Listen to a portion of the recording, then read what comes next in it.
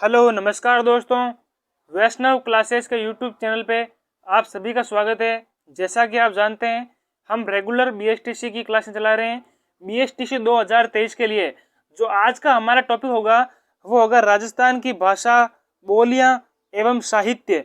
इन सभी से संबंधित महत्वपूर्ण 50 प्रश्न जो आपके एग्जाम के अंदर आने की पूरी संभावना है और जो बीएसटीसी की पुरानी परीक्षाओं के अंदर सवाल पूछे गए हैं उन सभी का संग्रह इस वीडियो के अंदर है। वीडियो आपको अच्छा लगे तो चैनल को सब्सक्राइब जरूर करें और आप हमारे टेलीग्राम चैनल को ज्वाइन कर लें, जिससे आपको जब क्लास होगी तो नोटिफिकेशन सबसे पहले प्राप्त हो सकेगा। चलिए बिना देर करते हुए सीधे वीडियो की शुरुआत करते हैं। आज का जो हमारा पहला प्रश्न आपके सामने, राजस्थान की भाषा के लिए राजस्थानी शब्द का सर्वप्रथम प्रयोग किसने किया। ये क्या पूछ रहा है, राजस्थान की भाषा के लिए राजस्थानी शब्द का सर्वप्रथम प्रयोग किसके द्वारा किया गया। कवि कुशललाभ, शिरोमणि, जेम्स टोड या फिर जॉर्ज अब्राहम ग्रियर्सन। तो किसके द्वारा किया गया, जॉर्ज अब्राहम ग्रियर्सन के द्वारा राजस्थान की भाषा के लिए राजस्थानी शब्द का प्रयोग सर्वप्रथम किया गया। अगला क्वेश्चन है आपके सामने, पूर्वी राजस्थान की प्रमुख बोलियां है। पूर्वी राजस्थान की प्रमुख बोलियां कौन कौन सी है। पूर्वी राजस्थान के अंदर हाड़ौती क्षेत्र प्लस जयपुर, अलवर, भरतपुर और आदि जो करौली सभी क्षेत्र है ये पूर्वी राजस्थान के अंदर आते हैं। मैंने आपको हिंट दे दिया है। तो क्या होगा, पूर्वी राजस्थान की प्रमुख बोलियां कौन सी हो जाएगी, ढूंढाड़ी और हाड़ौती। कौन सी हो जाएगी, ढूंढाड़ी और हाड़ौती पूर्वी राजस्थान की बोलियां है। मारवाड़ी पश्चिमी राजस्थान की हो जाएगी। चलिए अगला क्वेश्चन की बात करते हैं। नेक्स्ट क्वेश्चन है आपके सामने, पूर्वी राजस्थान का साहित्यिक रूप कौन सा है। पूर्वी राजस्थान का साहित्यिक रूप कौन सा है। ऑप्शन है आपके सामने, डिंगल, पिंगल, बिंगल या इनमें से कोई नहीं। तो पूर्वी राजस्थान का साहित्यिक रूप पूछा है तो क्या होगा, पूर्वी राजस्थान का जो साहित्यिक रूप है वो पिंगल हो जाएगा। क्या हो जाएगा, पिंगल। अब डिंगल क्या होगा, डिंगल जो है वो पश्चिमी राजस्थान का साहित्यिक रूप है। पश्चिमी राजस्थानी का साहित्यिक रूप क्या है, डिंगल। पूर्वी राजस्थान का पूछ ले तो पिंगल।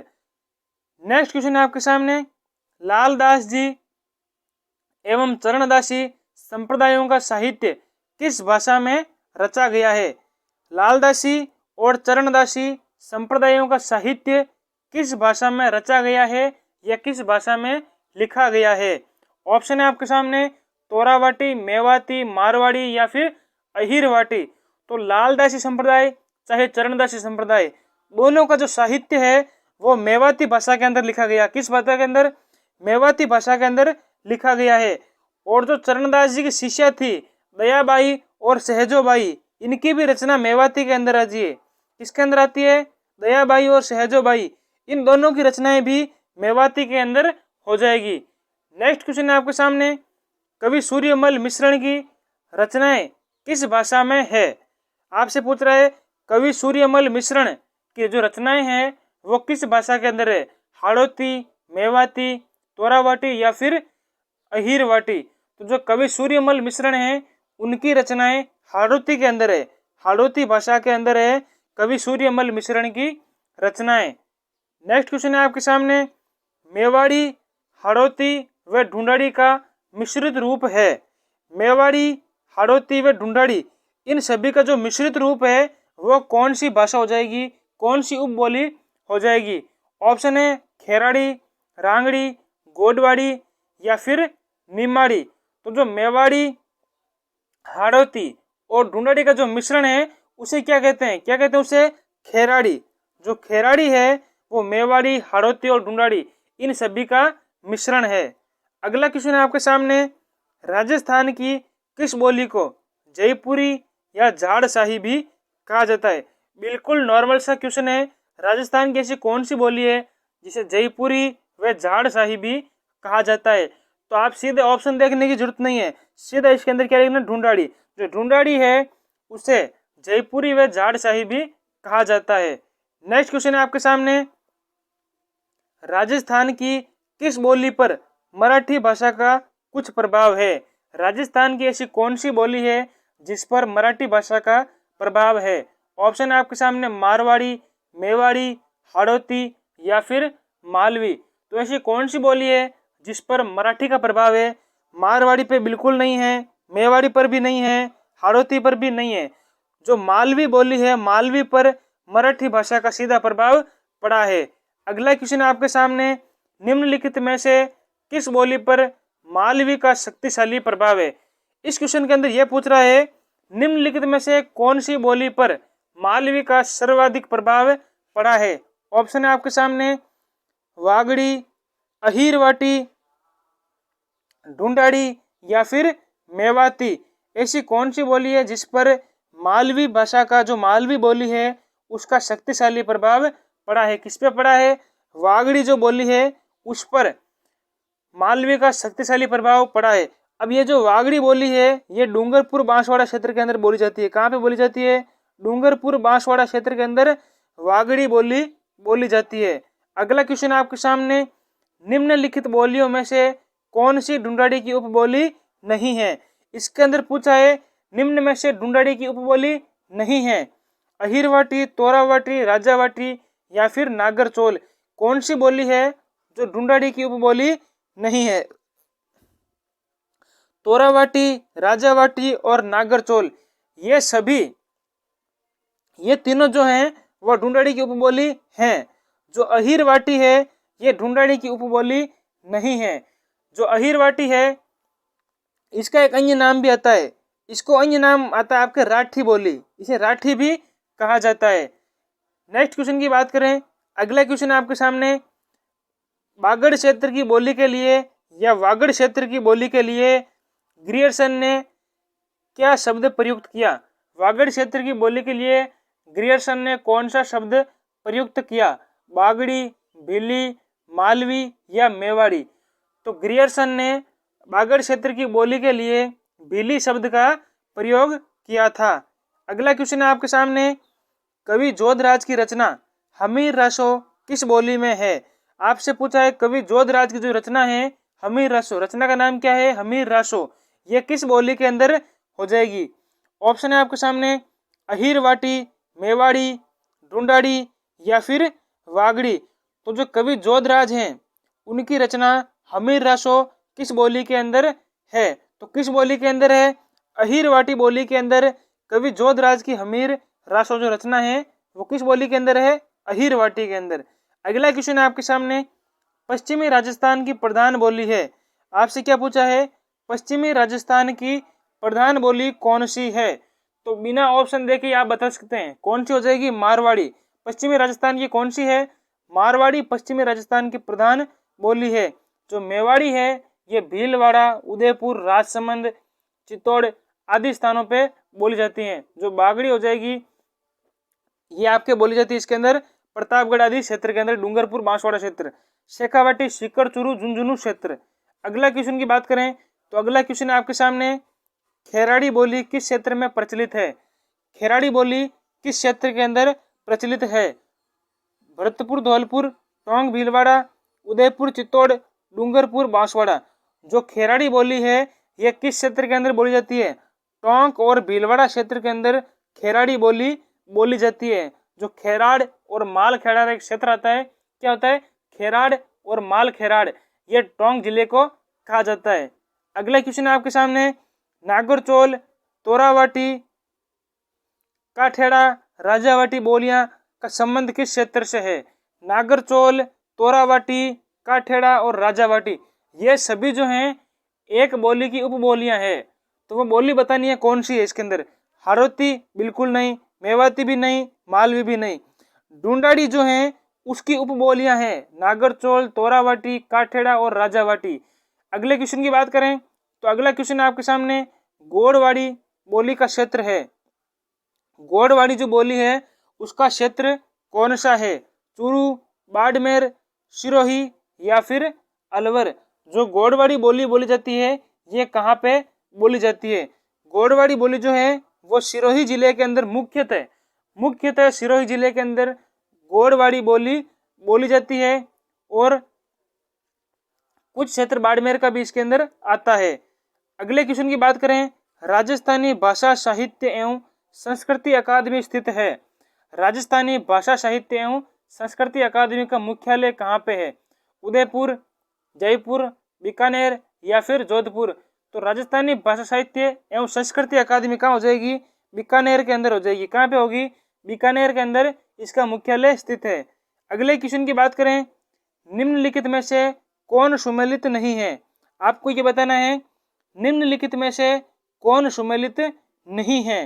गोड़वाड़ी जालोर, वागड़ी बांसवाड़ा, खेराड़ी भीलवाड़ा या फिर निमाड़ी नागौर? तो गोड़वाड़ी कहाँ बोली जाती है? जालोर के अंदर, सही है, और सिरोही का क्षेत्र बीच के अंदर आता है। बागड़ी बोली जाती है बांसवाड़ा के अंदर, खेराड़ी भीलवाड़ा और टोंक क्षेत्र बीच के अंदर आता है। जो निमाड़ी भाषा है, जो निमाड़ी बोली है, वो नागौर के अंदर नहीं बोली जाती। जो निमाड़ी भाषा है वो नागौर के अंदर नहीं बोली जाती। नागौर के अंदर होगी आपके मारवाड़ी।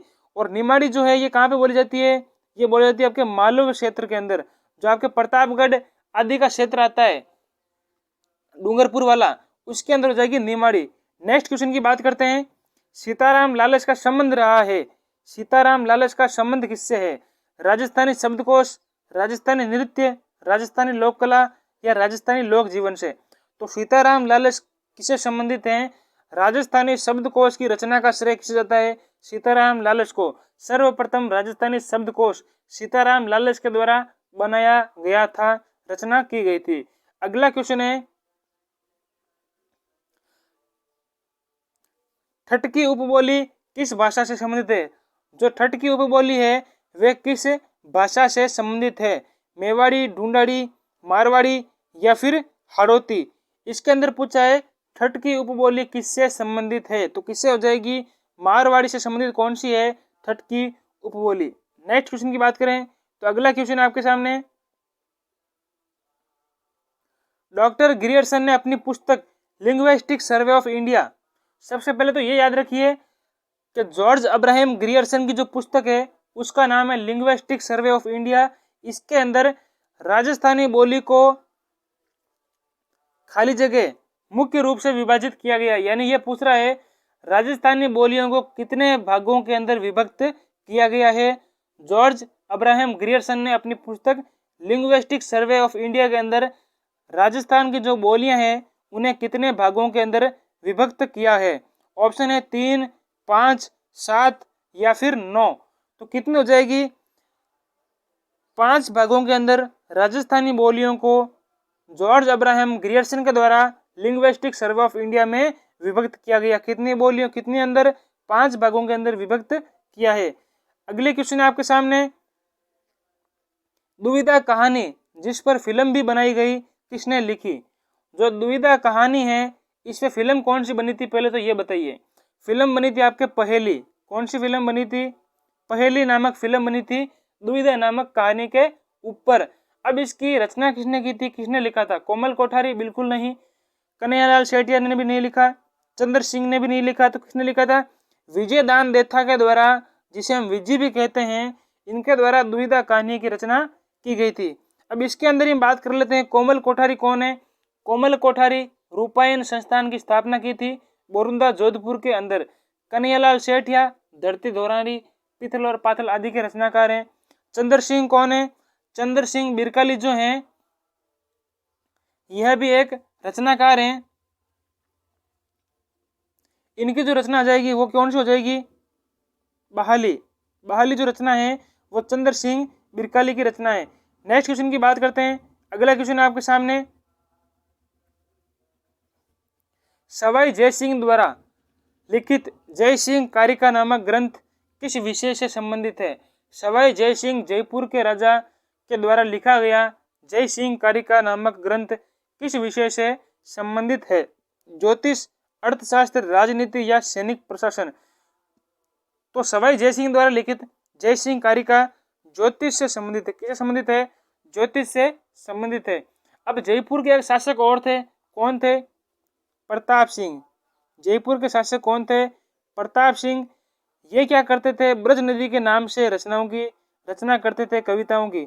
ब्रज नदी उपनाम से कविताओं की रचना कौन करते थे? प्रताप सिंह। नेक्स्ट क्वेश्चन की बात करें तो अगला क्वेश्चन आपके सामने, भीनमाल महान संस्कृत कवि का जन्म स्थल है।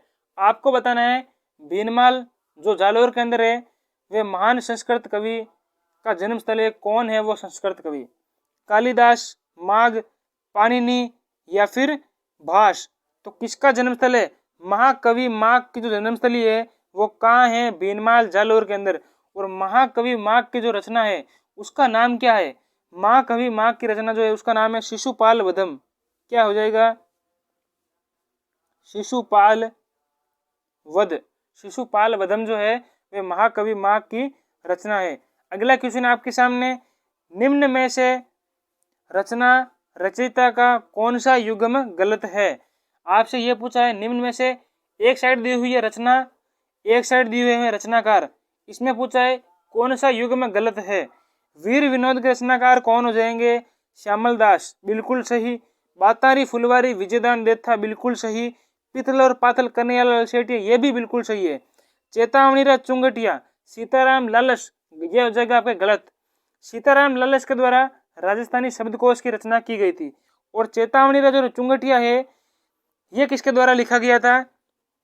ये मेवाड़ महाराणा फतेह सिंह को दिल्ली दरबार के अंदर जाने से रोकने के लिए केसरी सिंह बाहरट के द्वारा, किसके द्वारा? केसरी सिंह बाहरट के द्वारा रचना की गई थी। किसकी? चेतावनीरा चुंगटिया की। नेक्स्ट क्वेश्चन है आपके सामने, पुस्तक संस्कृति सनातन डीठ, पुस्तक संस्कृति सनातन डीठ के लेखक कौन है? तो डॉक्टर सत्यनारायण नहीं, अर्जुन देव चारण, आइदान सिंह भाटी या फिर भंवर सिंह सामोर। संस्कृति सनातन डीठ, इसके जो रचनाकार हैं वे भंवर सिंह सामोर हैं। कौन है? भंवर सिंह सामोर। ढोला मारूरा दोहा का रचनाकार कौन था? आपसे यह पूछा है ढोला मारूरा दोहा के रचनाकार कौन था? बिट्टू सुजा, कल्लोल, कृपाराम बाहरट या ईश्वरदास? जो ढोला मारूरा दोहा है उसके रचनाकार कौन थे? कवि कल्लोल। कौन थे? कवि कल्लोल। इनका संबंध कहाँ से? जैसलमेर से। कहाँ से? जैसलमेर से। इन्होंने रचना की थी ढोला मारूरा दोहा। अब एक नाम और आता है ढोला मारूरी वात। अब यहाँ पे क्या हो जाएगा? ढोला मारूरी वात। जो ढोला मारूरी वात है, ढोला मारूरी वात, इसकी रचना किसने की थी? इसकी रचना की थी खुशाल चंद्र के द्वारा। किसके द्वारा? खुशाल चंद्र के द्वारा ढोला मारूरी वात। और ढोला मारूरा दोहा किसके द्वारा? कवि कल्लोल के द्वारा। यहां तक क्लियर हो गया। नेक्स्ट क्वेश्चन की बात करते हैं। ये वापस पूछ लिया टाइपिंग मिस्टेक के अंदर। अगले क्वेश्चन की बात करते हैं, राव जेत सिरो छंद, राव जेत सिरो छंद के लेखक कौन है? राव जेत सिरो छंद, इसके लेखक कौन है? जी.एच. ओझा, बिट्टू सुजा, बांकीदास या नरपति नाल है? राव जेत सिरो छंद के जो लेखक हैं वो कौन हो जाएंगे? बिट्टू सुजा। कौन हो जाएंगे? बिट्टू सुजा जो हैं वो राव जेत सिरो छंद के लेखक हैं। अगले क्वेश्चन की बात करते हैं। अगला क्वेश्चन है, लीलटास शब्द निर्ग्रंथ के लेखक कौन है? मैं यहाँ पे एक दो नाम और जोड़ देता हूँ। लीलटास शब्द निर्ग्रंथ, पीतल पातल, धरती धोरारी, इन सभी के जो लेखक हैं वो कौन हो जाएंगे? अब धरती धोरारी से आप कहेंगे कि कन्हैयालाल सेठिया, तो बिल्कुल सही है। कन्हैयालाल सेठिया लीलटास शब्द निर्ग्रंथ आदि रचनाओं के रचनाकार हैं। मेघराज मुकुल, मेघराज मुकुल एक प्रसिद्ध नाम है और इनकी जो रचना है उसका नाम आता है सेनानी। कौन सी रचना इनकी? सेनानी रचना किसकी है? मेघराज मुकुल की। नेक्स्ट क्वेश्चन की बात करते हैं। अगला क्वेश्चन आपके सामने, मारवाड़ रा परगणारी विगत का लेखक कौन है? मारवाड़ रा परगणारी विगत का लेखक कौन है? दयालदास, चरण शिवदास, मुणोत नैणसी या पद्मनाभ? दयालदास, इसका जो है मारवाड़ी परगणारी विगत, इसके जो लेखक हो जाएंगे वो हो जाएंगे मुहूर्त नैणसी। कौन हो जाएंगे? मुहूर्त नैणसी। ये महाराजा जसवंत सिंह के दरबारी थे। किसके दरबारी थे? महाराणा जसवंत सिंह के दरबारी कौन थे? मुहूर्त नैणसी। नेक्स्ट क्वेश्चन है, साहित्य अकादमी पुरस्कृत कृति पग फेरो किसकी रचना है? साहित्य अकादमी पुरस्कार से सम्मानित जो कृति हैं पग फेरो, ये किसकी रचना आती है? विजयदान देथा, चंद्र सिंह, गुलाब चंद या फिर मणि मधुकर? जो साहित्य अकादमी से पुरस्कृत रचना है पग फेरो, ये किसकी रचना हो जाएगी? किसकी होगी? मणि मधुकर की। किसकी हो जाएगी? मणि मधुकर की रचना कौन सी है? पग फेरो। विजयदान देथा की रचना कौन सी हो जाएगी? ये हो जाएगी आपके दुविधा और बातारी फुलवारी। नेक्स्ट क्वेश्चन है आपके सामने, किरतार बावनी के लेखक कौन है? किरतार बावनी का लेखक पूछा है, किरतार बावनी का लेखक कौन है? गिरधर, नल सिंह, दुर्सा आडा या फिर कर्णीदान। तो किरतार बावनी का लेखक कौन हो जाएगा? दुर्सा आडा। कौन हो जाएगा? दुर्सा आडा। अब अगर आप ये पूछ ले, किरतार बावनी की जगह आपसे ये पूछ ले कि स्वतंत्र बावनी, क्या पूछ ले? स्वतंत्र बावनी। अब पूछ ले कि स्वतंत्र बावनी के रचनाकार कौन है, तो आपको क्या बताना है? स्वतंत्र बावनी के रचनाकार आपसे पूछ ले तो कौन हो जाएंगे? तेज, तेज कवि। कौन हो जाएंगे? तेज कवि या कवि तेज। तेज कवि कौन हो जाएंगे? स्वतंत्र बावनी के रचनाकार। किरतार बावनी के रचनाकार दुर्सा आडा। नेक्स्ट क्वेश्चन की बात करते हैं। अगला प्रश्न आपके सामने, महाराणा प्रताप के दरबारी विद्वान जिसने मुहूर्तमाला की रचना की थी वह कौन था? ये आपके राजस्थान पुलिस के अंदर एग्जाम के अंदर क्वेश्चन पूछा गया था कि महाराणा प्रताप का दरबारी कवि कौन था या राज दरबारी कौन था? महाराणा प्रताप के दरबारी विद्वान जिसने मुहूर्तमाला की रचना की थी, रामा सांधु नहीं, माला सांधु नहीं, चक्रपाणी मिश्र के द्वारा मुहूर्तमाला की रचना की गई थी। नेक्स्ट क्वेश्चन है आपके सामने, चारण साहित्य का प्रसिद्ध ग्रंथ सूरज प्रकाश किसके द्वारा लिखा गया? चारण साहित्य का प्रसिद्ध ग्रंथ सूरज प्रकाश किसके द्वारा लिखा गया था? तो किसके द्वारा लिखा गया? कर्णीदान के द्वारा चारण साहित्य का प्रसिद्ध ग्रंथ सूरज प्रकाश लिखा गया। अगला क्वेश्चन है आपके सामने, राज विनोद का रचयिता कौन था? आपसे पूछा राज विनोद का रचयिता कौन था, तो कौन हो जाएगा? राज विनोद नामक ग्रंथ का रचयिता सदाशिव भट्ट। कौन हो जाएगा? सदाशिव भट्ट के द्वारा राज विनोद ग्रंथ की रचना की गई थी। अगला क्वेश्चन है आपके सामने, निम्नलिखित में से किसका लेखक वीरबाण था? निम्नलिखित में से किसका लेखक वीरबाण था? वंश भास्कर, अभ्युदय, सूरज प्रकाश या राजरूपक। तो वीरबाण का संबंध आता है राजरूपक ग्रंथ से। किससे आता है? राजरूपक ग्रंथ से। वंश भास्कर का लेखक कौन हो जाएगा? सूर्यमल। कौन हो जाएगा? सूर्यमल मिश्रण। सूर्यमल मिश्रण किसके रचनाकार है? वंश भास्कर के रचनाकार कौन है? सूर्यमल मिश्रण। अगला प्रश्न आपके सामने, सुप्रसिद्ध कायाबेली ग्रंथ की रचना किसके द्वारा की गई थी? सुप्रसिद्ध ग्रंथ कायाबेली की रचना किसके द्वारा की गई थी? सूरदास, दादू दयाल, प्रताप सिंह या फिर रहीम। तो सुप्रसिद्ध ग्रंथ कायाबेली की रचना दादू दयाल के द्वारा की गई थी। संत दादू के द्वारा कायाबेली ग्रंथ की रचना की गई थी। अगला प्रश्न है, किस रासो साहित्य में अलवर की स्थापना का विवरण है? किस रासो साहित्य के अंदर अलवर की स्थापना का विवरण है? मानचित्र रासो, प्रताप रासो, लक्ष्मणगढ़ रासो या फिर रतन रासो। आपसे पूछ रहा है अलवर की स्थापना का विवरण किस रासो साहित्य के अंदर आता है? तो किसके अंदर आता है? प्रताप रासो। किसके अंदर आता है? प्रताप रासो के अंदर अलवर की स्थापना का विवरण आता है। नेक्स्ट क्वेश्चन है आपके सामने, वीर सतसई, बलवंत विलास, राम रंजाट और वंश भास्कर ये सभी किसकी रचनाएं हैं? वीर सतसई, बलवंत विलास और राम रंजाट ये सभी जो रचनाएं हैं वो कवि सूर्यमल मिश्रण की। किसकी हैं? सूर्यमल मिश्रण की। वंश भास्कर भी सूर्यमल मिश्रण की रचनाएं हैं। अगला क्वेश्चन आपके सामने, निम्न में से कौन सा राज तरंगिणी का लेखक है? निम्न में से कौन राज तरंगिणी का लेखक है? राज तरंगिणी का लेखक पूछा है, कौन है? कबीर, कलहण, राणा कुंभा या राणा सांगा। तो राज तरंगिणी का जो लेखक है वो कौन है? कलहण। कलहण के द्वारा राज तरंगिणी की रचना की गई थी। नेक्स्ट क्वेश्चन आपके सामने, प्रबंध कोश का लेखक निम्न में से कौन था? प्रबंध कोश का लेखक निम्न में से कौन था? राजशेखर, सारंग, सोमेश्वर, मेरुतुंग या उमरदान। प्रबंध कोश का जो लेखक है वो हो जाएगा आपके राजशेखर। कौन हो जाएगा? प्रबंध कोश का लेखक राजशेखर। संगीत रत्नाकर के रचनाकार कौन थे या कौन है? संगीत रत्नाकर के रचनाकार कौन है? तो संगीत रत्नाकर के रचनाकार हो जाएंगे सारंगधर। कौन हो जाएंगे? सारंगधर जो हैं वो संगीत रत्नाकर के रचनाकार हो जाएंगे।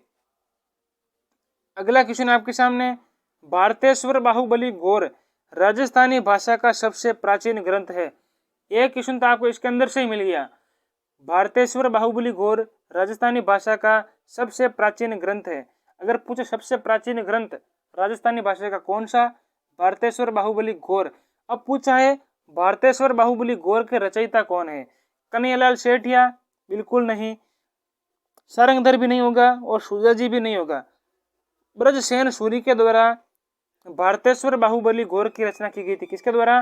ब्रजसेन सूरी द्वारा भारतेश्वर बाहुबली गौर की रचना की गई थी। अगला क्वेश्चन है, निम्न में से कौन सा युग्म सही सुमेलित नहीं है?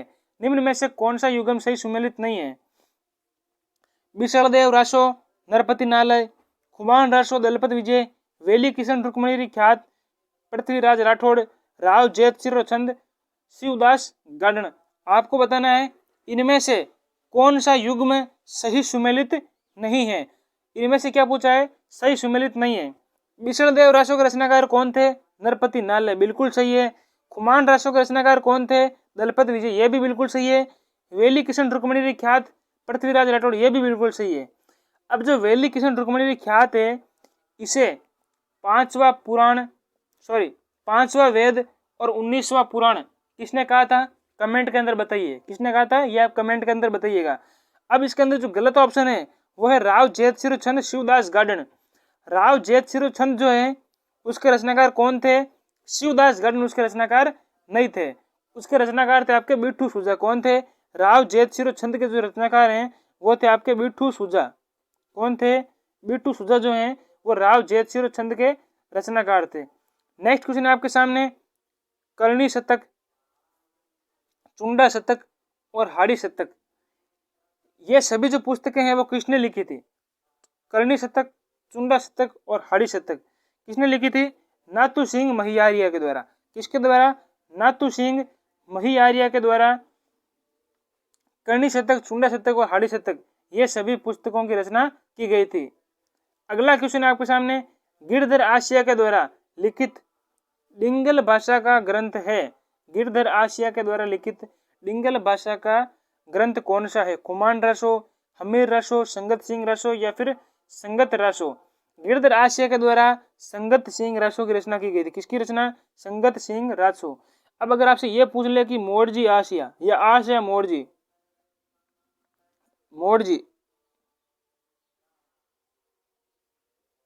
अगर आपसे ये पूछ ले कि मोड़जी आसिया,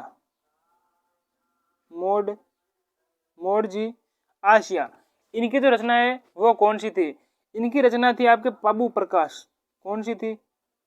पाबू प्रकाश ग्रंथ के रचनाकार कौन थे? आसिया मोड़जी। गिरधर आसिया पूछ ले तो संगत सिंह रासो। अगला क्वेश्चन है आपके सामने, विरुद्ध क्षत्रिय रचनाकारों नाम है। ये आपसे मारवाड़ी के अंदर पूछा गया क्वेश्चन भी। विरुद्ध क्षत्रिय रचनाकारों नाम है श्रीधर व्यास, राठौड़ पृथ्वीराज, दुर्सा आढ़ा या सूर्यमल मिश्रण। विरुद्ध क्षत्रिय रचनाकार कौन है? विरुद्ध क्षत्रिय रचनाकार हैं वो हो जाएंगे आपके दुर्सा आढ़ा। दुर्सा आढ़ा के द्वारा विरुद्ध क्षत्रिय की रचना की गई थी। और दुर्सा आढ़ा का एक और ग्रंथ आता है कीर्तार बावनी। कौन सा आता है? कीर्तार बावनी। कीर्तार बावनी ग्रंथ की भी रचना दुर्सा आढ़ा के द्वारा की गई थी। अगला क्वेश्चन है, हाला जालारा कुंडलियां काव्यरा सृजक है। हाला जालारा कुंडलियां काव्यरा सृजक है, कौन है इसके? आपसे हिंदी के अंदर पूछूं तो हाला जालारी कुंडलियां इसके रचनाकार कौन थे? इसके रचनाकार थे ईश्वर दास। कौन थे? ईश्वर दास। अगला है, राजस्थानी भाषा रो पहलो उपन्यास कौन-सो मान्यो जावे। राजस्थानी भाषा का पहला उपन्यास पूछा है तो कौन सा हो जाएगा? कनक सुंदर। राजस्थानी भाषा का पहला उपन्यास कौन सा हो जाएगा? कनक सुंदर राजस्थानी भाषा का पहला उपन्यास हो जाएगा। नेक्स्ट क्वेश्चन की बात करें तो अगला क्वेश्चन और इस क्लास का अंतिम क्वेश्चन है, कुवले माल किसके द्वारा लिखी गई थी? कुवले माल किसके द्वारा लिखी गई थी? किसके द्वारा लिखी गई थी? उद्योतन सूरी। कुवले माल ग्रंथ की रचना उद्योतन सूरी के द्वारा की गई थी। इसके अंदर 18 भाषाओं का उल्लेख है। कुवले माल ग्रंथ के अंदर 18 भाषाओं का उल्लेख किया गया है। कैसी लगी क्लास? उम्मीद करता हूँ आपको वीडियो अच्छा लगा होगा। थैंक यू, धन्यवाद।